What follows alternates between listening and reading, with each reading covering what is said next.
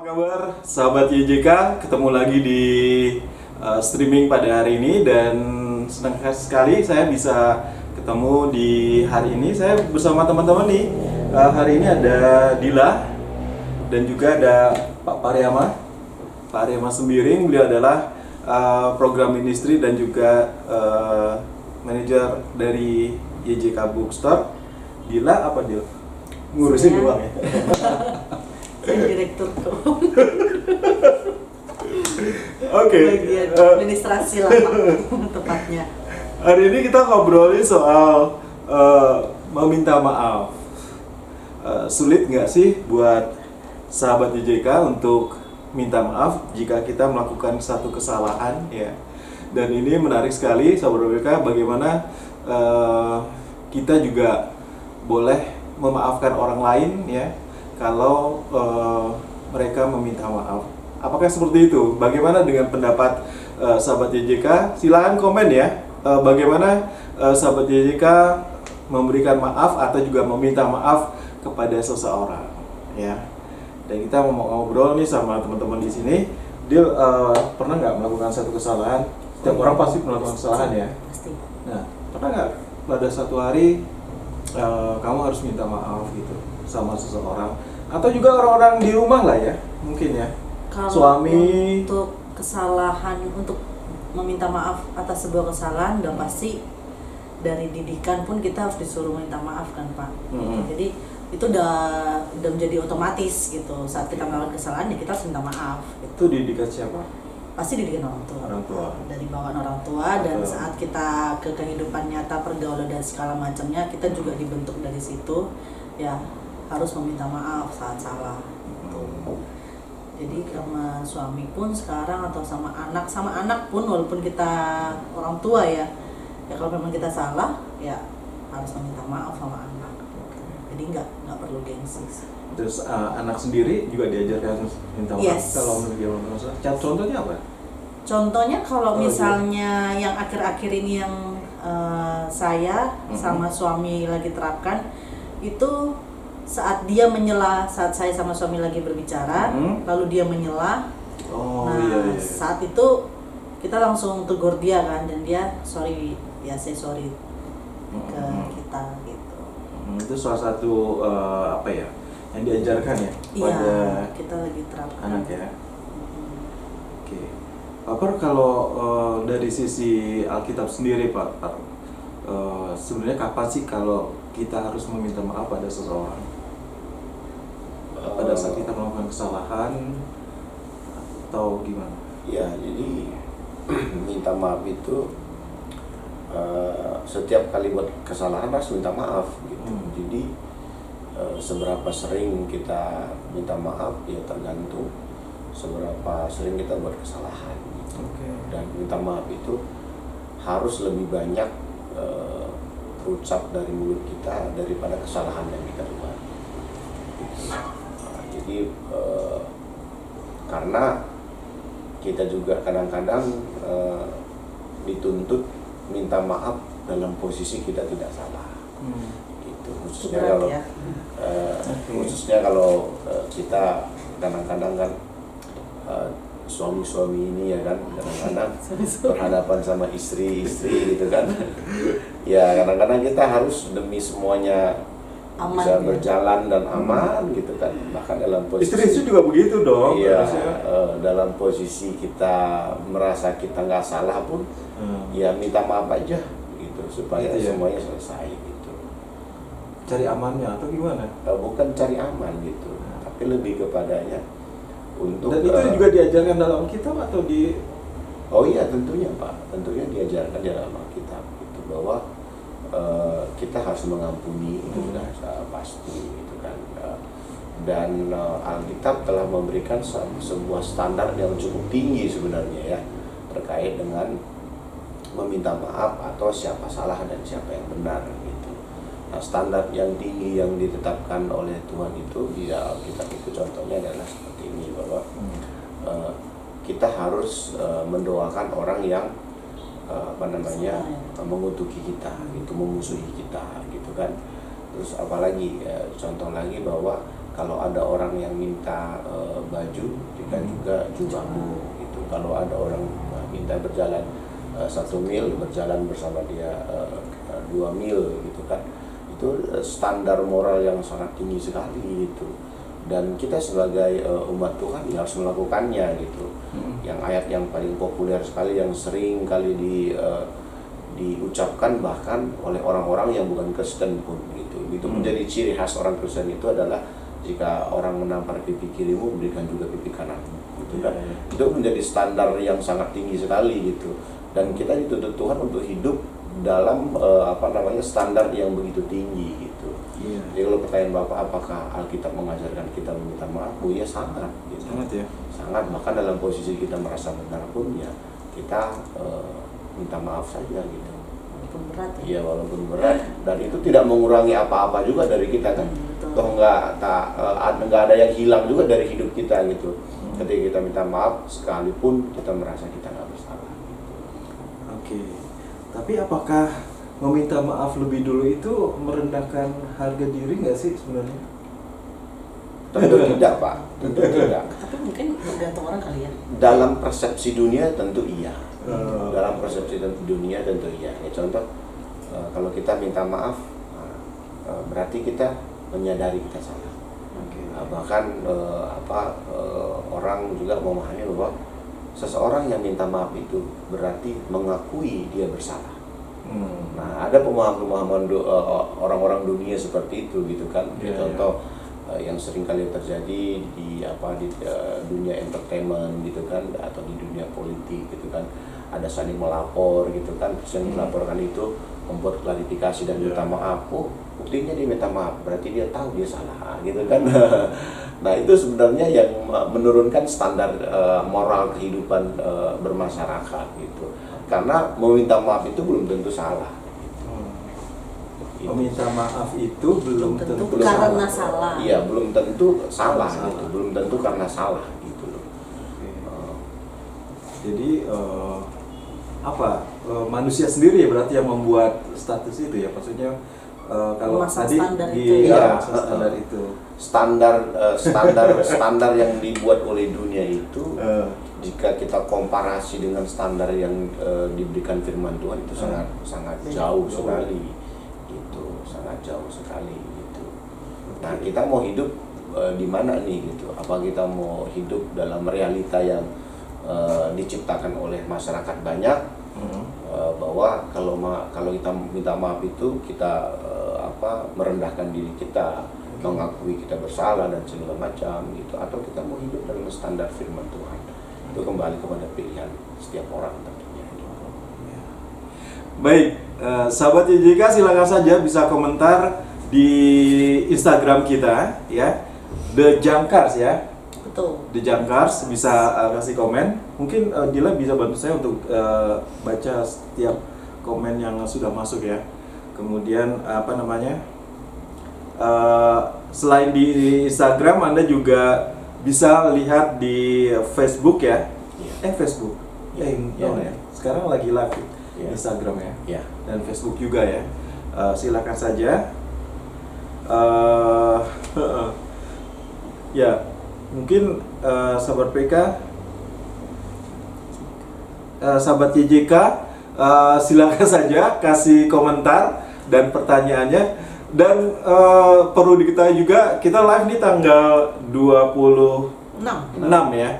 Dan saya sempat browsing di internet, ada satu negara di Australia namanya yaitu hari ini Hari Maaf Nasional. Jadi memang menarik nih ya, satu negara bisa memperingati Hari Maaf Nasional. Wah, ini kalau Indonesia di sana ada 2 kali ini ya, satu Lebaran, satu ini ya, Hari Maaf Nasional. Nggak ada Lebaran di sana ya? Masih ada dong. Ada ada orang Muslim tentu juga. ada Lebaran. Oh, ada ya. Oh iya ya. Kemudian ini menarik juga, di mana satu negara, makanya kita angkat nih yang menarik nih, Sobat PK, hari ini gimana Anda meminta maaf kepada seseorang jika Anda melakukan kesalahan, atau Anda memberi maaf pada orang lain ketika ada orang lain yang meminta maaf pada Anda. Gimana responnya? Silakan komentar di sini ya. Anda bisa bertanya atau juga sharing ya. Oke. Dan gimana kalau seseorang nggak mau memaafkan? Kita udah minta maaf. Kalau saya pribadi ya, Nah. kalau saya minta maaf ke orang dan orang itu nggak maafkan saya, ya saya kembalikan kepada orang tersebut. Oh, Jadi ya udah, bagian saya ini, oke. ya bagian dia ya dia gitu. Itu ya pilihan orang tersebut yang memaafkan apa enggak gitu. Atau di Alkitab juga didoakan ya itu. Kalau didoakan pasti ya, Ya. didoakan pasti. Kita Karena kan mendoakan kita orang sudah tersebut, melepaskan pengampunan kan, maksudnya kita udah meminta maaf dan kita nggak ada nggak ada yang disimpan lagi gitu loh ke orang tersebut. Tapi kalau orang tersebut memilih untuk masih menyimpan terhadap kita, ya pilihan orang tersebut ya. Kita nggak bisa paksa perasaan orang juga. Kalau buat saya, kalau dari sisi Bible. Oh, dari sisi Alkitab gimana Pak Riam? Gimana Pak? Kalau seseorang tidak mau memaafkan orang lain gitu, kita udah minta maaf nih, tapi orang tersebut nggak mau gitu. Ya, kalau kita minta maaf, orang lain tidak mau memaafkan kita, itu ya setidaknya kita telah menyelamatkan diri kita, gitu. Karena ketika kita minta maaf, kita memang salah mungkin dalam posisi itu, gitu kan. Terus kita minta maaf, gitu. Tapi orang lain itu tidak memaafkan kita, gitu. Maka tentu dalam konsekuensi kesalahan yang kita lakukan itu, kita telah menyelamatkan diri kita dengan kita meminta maaf, gitu. Tetapi kalau ada orang yang tidak mau memaafkan, itu menjadi ranah orang tersebut, gitu. Konsekuensi juga ada ditanggung oleh orang itu. Nah, ini seringkali yang banyak orang tidak pahami, bahwa ketika ada orang tidak bisa memaafkan orang lain, maka dalam posisi orang lain yang salah, gitu, sebenarnya dia sedang memikul satu konsekuensi yang cukup berat juga, gitu, tanpa dia sadari, gitu. Nah, walaupun dia mengatakan bahwa kelakuannya atau perbuatannya terlalu sakit untuk saya, gitu. Nah, justru kalau dia tidak memaafkan, maka dia menanggung konsekuensinya terus-menerus, gitu. Tidak hanya pada peristiwa itu, tidak hanya pada kejadian itu, gitu. Tetapi konsekuensi karena dia tidak memaafkan itu akan berkepanjangan, gitu. Nah, ini juga yang harus dipahami oleh setiap orang, bahwa kalau ada orang yang berbuat salah kepada kita, lalu orang itu meminta maaf dan kita tidak memaafkan, gitu, itu juga resikonya, konsekuensinya yang akan kita pikul, akan kita bawa, gitu, seterusnya sampai kita meninggal dunia. Kalau kita tidak memaafkan orang itu, maka beban itu akan kita bawa seumur hidup kita, gitu. Dan one day tentu kita akan mempertanggungjawabkannya di tataran pengadilan. Walaupun kita mengatakan, saya nggak salah dalam kasus itu, gitu. Makanya firman Tuhan mengatakan juga bahwa kalau Tuhan sudah mengampuni kita, gitu, maka kita juga wajib mengampuni orang yang bersalah kepada kita. Itu kan doa yang sering kita ucapkan, ya kan, doa Bapa kami, gitu kan.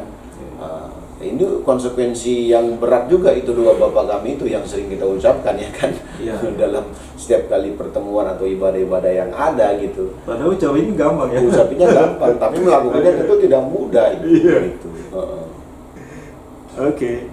Silakan sahabat YJK, Anda bisa berkomentar dan juga bisa bertanya di Instagram kami The Jangkars, atau di Facebook kami Yayasan Jangkar Kehidupan, ya.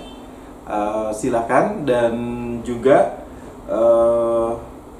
nanti ada satu informasi tentang buku-buku yang bisa sahabat YJK beli, ya. Karena Pak Pasdir terkait memaafkan ini ya Pak sama ya. bookstore. Oh iya, terkait sama memaafkan. Oke, tapi ini caranya ya, cara memaafkan itu. Kalau Dila sendiri punya pengalaman nggak yang baik itu secara langsung atau melalui chat? Maafin aku dong di chat. Sebenarnya yang efektif itu gimana sih?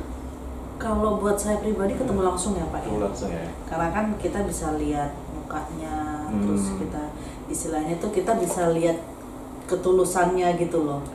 Kalau chat kan kita bisa aja minta maaf tapi mukanya gitu kan. Kadang kita bisa tulis wah kakak, tapi kita lagi nggak ketawa kan. Kan sering kayak gitu ya. Jadi ya tetap kalau menurut saya sih ya harus ketemu langsung. Langsung ya. Jadi bisa lihat ekspresinya. Betul. Oke.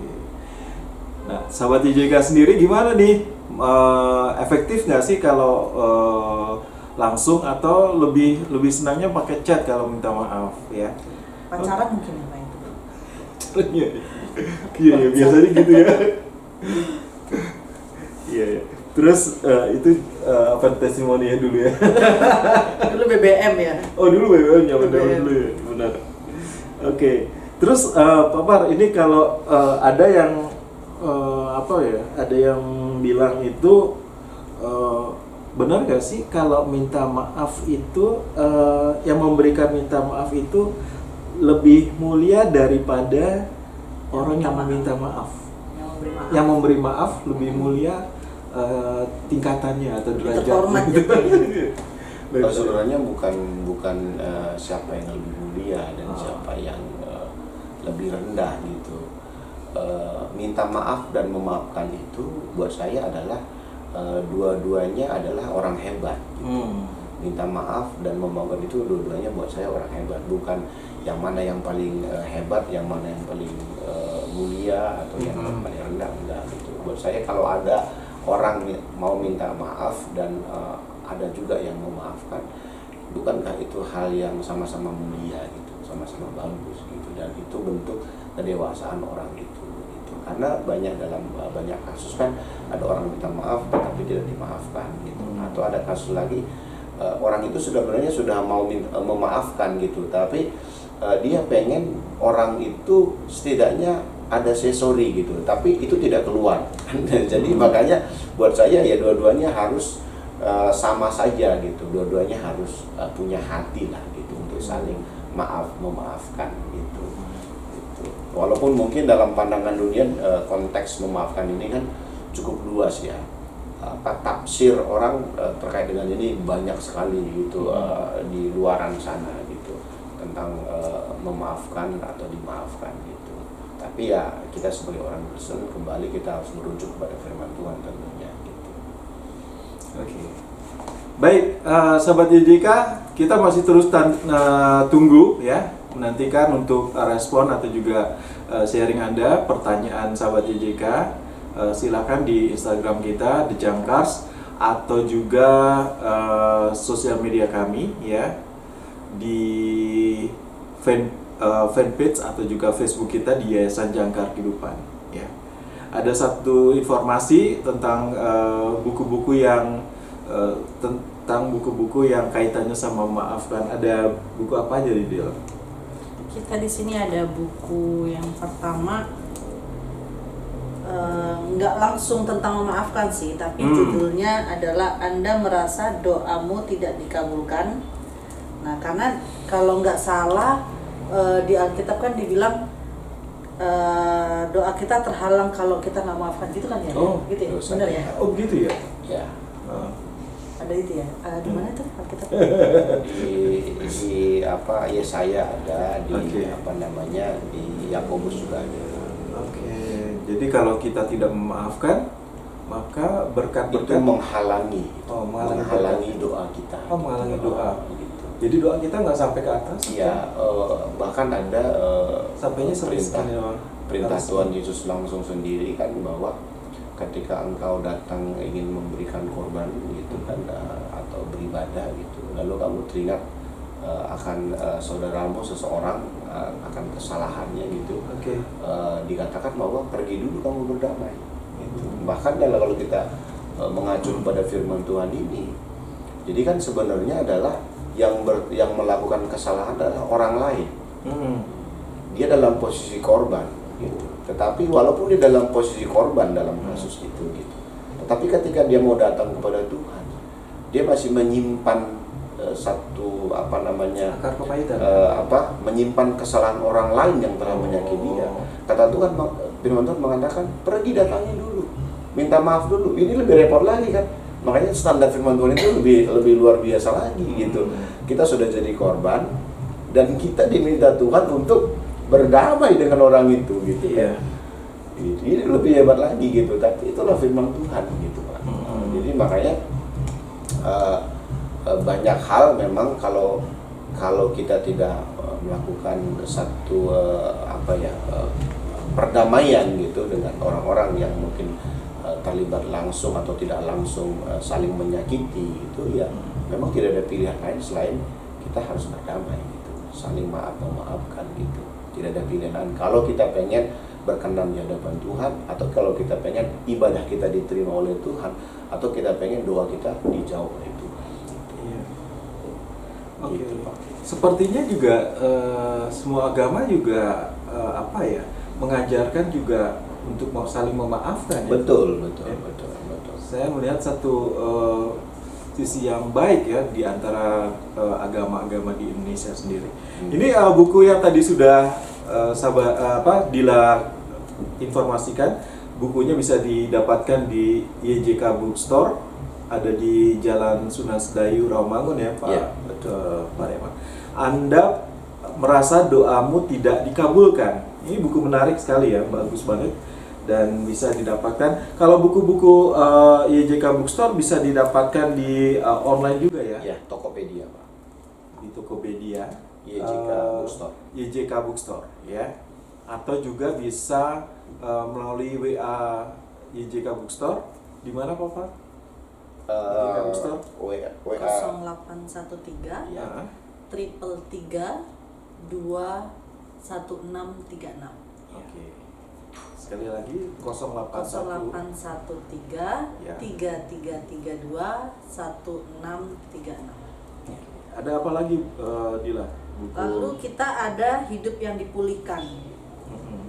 Nah ini sebenarnya sih lebih berkaitan lagi tentang memaafkan, karena setahu saya kalau kita nggak memaafkan, kita menyimpan akar pahit. Akar pahit itu bisa menjadi luka batin, bisa intinya merugikan diri sendiri. Lebih dari itu setahu saya bisa nyakitin secara fisik juga ya Pak. Iya. Oke. Dan Nyakiti fisik juga ya, jatuhnya Iya. bisa kanker, bisa kayak gitu loh Pak. Itu Iya. mungkin secara ini nggak ngaruh, nggak nyambung gitu Secara istilahnya. nggak langsung gitu. Iya, tapi setelah didalami memang kalau kita menyimpan sesuatu yang jelek istilahnya, kayak kita luka batin apa segala macam, itu merugikan diri kita banget. Itu dari sisi mental, dari sisi kesehatan fisik. Oke, jadi memang hidupnya harus dipulihkan dulu ya. Kalau tidak banyak sakit penyakit yang mungkin akan timbul di dalam diri kita sendiri ya. Tapi nggak tahu kenapa bisa sakit gitu. Iya, makanya kan kenapa Dalam firman Tuhan juga ada ya. Iya, kenapa firman Tuhan mengatakan sebelum matahari terbenam engkau harus berdamai gitu kan, kata firman Tuhan. Nggak boleh lama-lama istilahnya. Sebelum matahari terbenam. Nah, itu sebenarnya menurut sebuah penelitian gitu bahwa kalau kita menyimpan satu kesalahan orang lain gitu, entah itu melukai atau itu menggores hati gitu dan lain-lain gitu, maka itu tidak boleh sampai bermalam gitu. Karena apa? Karena satu kesalahan itu sama dengan benih, gitu, sama dengan benih. Benih terluka, benih sakit hati, benih kekecewaan dan lain-lain gitu ya kan. Nah, ketika dalam diri kita gitu, kita menyimpan kesalahan orang lain itu gitu. Ketika bermalam Pak, maka menurut penelitian benih itu kalau ditanam di tanah, kalau dia sudah satu malam, maka benih itu mulai tumbuh. Maaf nih, saya izin sebentar. Oh, ya. Maka benih itu mulai tumbuh. Ya. Bayangin kalau sakit hati dalam diri kita itu kita simpan gitu kan, bermalam gitu kan, maka benih akar pahit itu akan mulai tumbuh. Mulai akan tumbuh. Baik, jadi memang memaafkan itu juga terkait dengan pemulihan hidup ya, Iya. seseorang ya, perlu dipulihkan lagi. Dan sahabat JJK, ada juga buku tentang kuasa cinta bagaimana agung nilainya dan dahsyat dayanya. Ya, bagaimana cinta juga ini juga terkait juga saling mengasihi gitu ya, antar sesama atau juga mungkin anggota keluarga, saling mengasihi ini juga saling memaafkan juga, dimana kalau bicara soal kasih berarti juga memaafkan ya. Ya. Dan itu juga bisa didapatkan juga nih buku Kuasa Cinta ini ya. Ya. Kemudian juga ada yang menarik juga nih, sahabat JJK. Ini buku anak-anak sebenarnya ya. Bukan anak. Belajar menerima orang lain ya. Belajar menerima orang lain ini kan kalau kita berinteraksi dengan orang lain banyak hal-hal yang mungkin kita tidak sependapat gitu ya, sepaham gitu. Nah, ini mengajarkan anak-anak untuk menerima orang lain ya. Jika mungkin melakukan kesalahan ya, salah satu di antaranya gitu ya. Belajar menerima orang lain, bagaimana karakter orang lain juga bisa dipahami oleh sang anak. Ini buku menarik juga buat mengajarkan anak dalam hal ini ya. Di antaranya di dalamnya ada buku mewarnai dan juga aktivitas ya, yang bisa sahabat YJK dapatkan juga ya. Dan satu lagi satu buku yang menarik yaitu tentang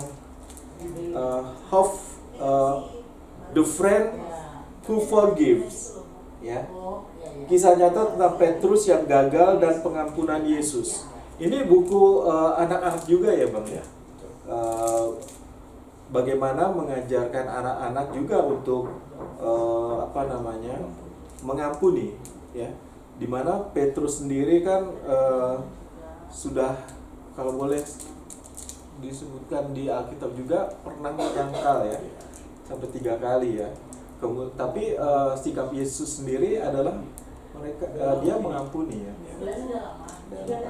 Ini buku menarik sekali tentang bagaimana kisah nyata tentang Petrus yang gagal dan pengampunan Yesus. Ini untuk anak-anak juga ini buku ini ya. Ya, segera dapatkan saja buku-buku yang sudah saya informasikan ini di YJK Bookstore di Jalan Sunan Sedayu, Rawamangun, Jakarta ya, Jakarta Timur. Dan juga bisa didapatkan di Tokopedia, ketik saja YJK Bookstore ya, atau juga bisa melalui WA kalau Anda punya WA juga bisa berkomunikasi dengan kami ya. Baik, Pak Rema mungkin ada tips ya terakhir bagaimana kita harus memaafkan orang lain. Ya. Jadi pada prinsipnya orang yang tidak mau memaafkan orang lain itu adalah bentuk satu kesombongan. Jadi kalau ada orang salah entah apapun peristiwanya gitu atau konteksnya gitu, lalu kita mengambil satu keputusan bahwa kita tidak mau menerima kesalahan orang itu atau mengampuni orang itu adalah salah satu bentuk kesombongan atau keangkuhan kita. Makanya, dan harus kita ingat bahwa Tuhan sangat membenci orang yang sombong. Tuhan sangat tidak suka dengan orang yang angkuh. Kalau kita mengharapkan perkenanan Tuhan gitu, maka tidak ada cara lain, kita harus saling memaafkan gitu Pak. Oke. Pak Par, terima kasih sudah ngajak ngobrol-ngobrol kita untuk bincang-bincang. Dan sahabat YJK, demikianlah perbincangan kita seputar permintaan maaf ya, atau meminta maaf ya. Jika kita melakukan kesalahan, mudah-mudahan bisa memberikan inspirasi dan wawasan Anda dan juga bisa memberkati Anda. Dan kita ketemu lagi di lain kesempatan dengan topik-topik yang menarik. Tuhan Yesus memberkati. Shalom.